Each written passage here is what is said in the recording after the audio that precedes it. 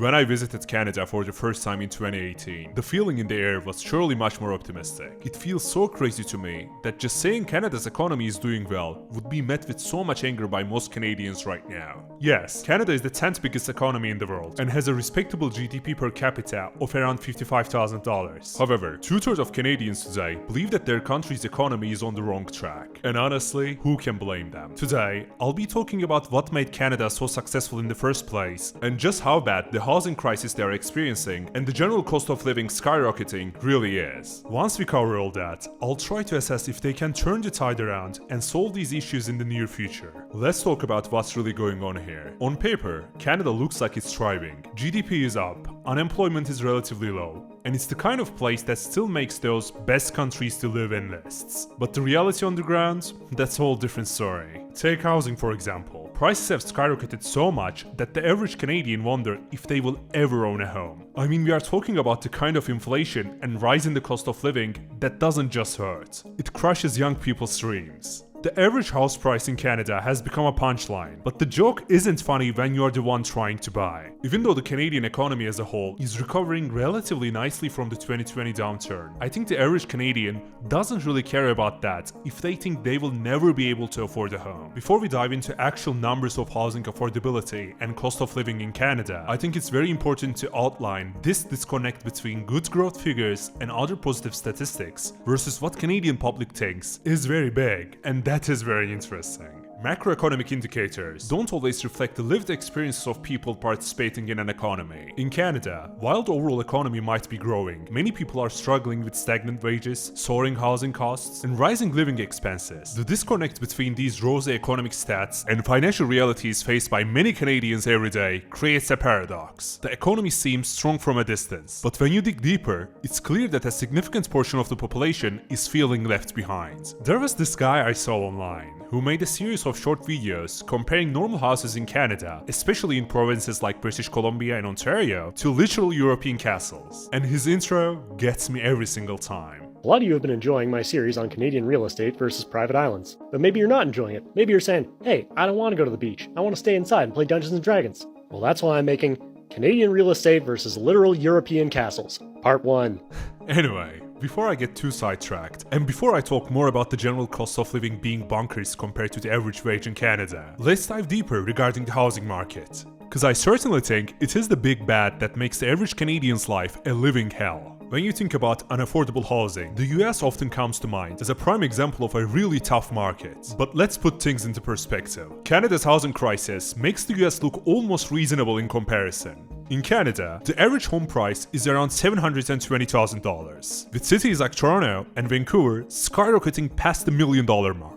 In Toronto, for example, the average home price is about 1.2 million Canadian dollars, compared to roughly $825,000 US dollars in New York City. That may not sound too bad with current exchange rate for US dollars to Canadian dollars, but we have to consider the price to income ratio, which is the most critical indicator of affordability. And unfortunately, Canada is by far one of the worst countries when it comes to that. And let's not forget about mortgage debt. The average Canadian household now carries a debt to income ratio of over 180%, significantly higher than their American counterparts, who sit at around 100%. So not only are Canadian homes more expensive, but Canadians are also in deeper debt just to afford them. So when you compare these two countries and their housing markets, Canada is like playing the housing market on expert mode, while the US is stuck on hard. Sure, both countries have their challenges, but up in Canada, it feels like the deck is stacked against you from the start. What makes all of this even more painful is when it comes to salaries, Canada is lagging behind the US big time. For instance, a software engineer in Toronto might expect to earn around 90,000 Canadian dollars a year, while the same position in San Francisco could easily pull in over 130,000 US dollars a year. Especially when you account for the exchange rate, it becomes apparent that the gap is very significant. And it's not just in tech, of course. Across all industries, from healthcare to finance, Canadian professionals often find themselves earning 20 to 30% less than their American counterparts. This disparity is even more striking when you consider the cost of living. So, while Canadian wages remain relatively stagnant, the cost of housing, groceries, and other essentials continue to climb.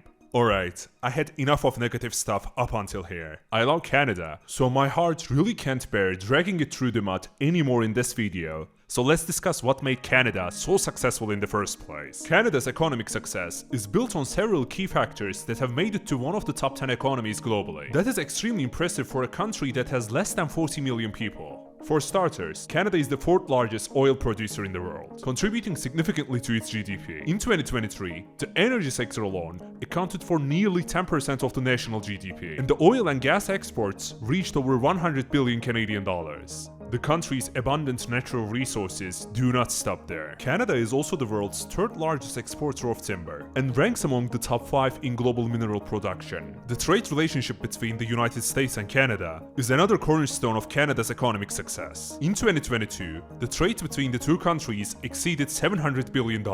Also, we cannot forget the agricultural power Canada has. Canada is the 5th largest exporter of agricultural products globally. I think all of these accomplishments for a country that ranks as the number 38 most populated country in the world is beyond impressive. Additionally, Canada's stable political environment and strong financial institutions have attracted significant foreign direct investment, with foreign investment inflows reaching over $75 billion in 2023. The country's high-quality education system and well-educated workforce, which are the highest among OECD countries by the way, have further supported innovation and economic resilience. But despite all of these good things they have going for them, as I mentioned early on this video, 2/3 of Canadians are not satisfied with their economy. And that just goes back to the housing market going crazy, with insane prices, and the cost of living skyrocketing since 2020. Let's face it, I'll face the fact that, just like the Canadian economy, I have been contradicting myself for the whole duration of this video, which just goes to show the disconnect between the perception of Canadian economy and the actual lived realities of Canadians. In conclusion, on one hand, Canada is a country blessed with resources, a solid education system, and a strong trade relationship with its southern neighbor, who happens to be the biggest economy in the world. But on the other hand, those benefits aren't necessarily translating into a better quality of life for the average Canadian, especially in the last few years. The high cost of living, particularly in the housing sector, is creating a sense of financial insecurity that overshadows these broader economic strengths. There is hope, of course. Canada has faced tough economic challenges before and emerged stronger every single time.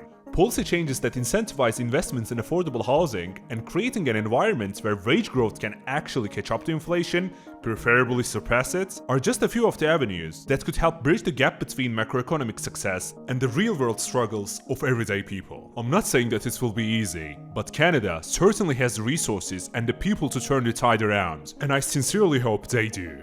If you made it this far, thank you so much for watching, and please feel free to let me know what you think about all of the topics I went over today. Is Canada completely doomed, or a turnaround for the better is just around the corner? I'm pretty sure that won't be an extremely heated debate, right?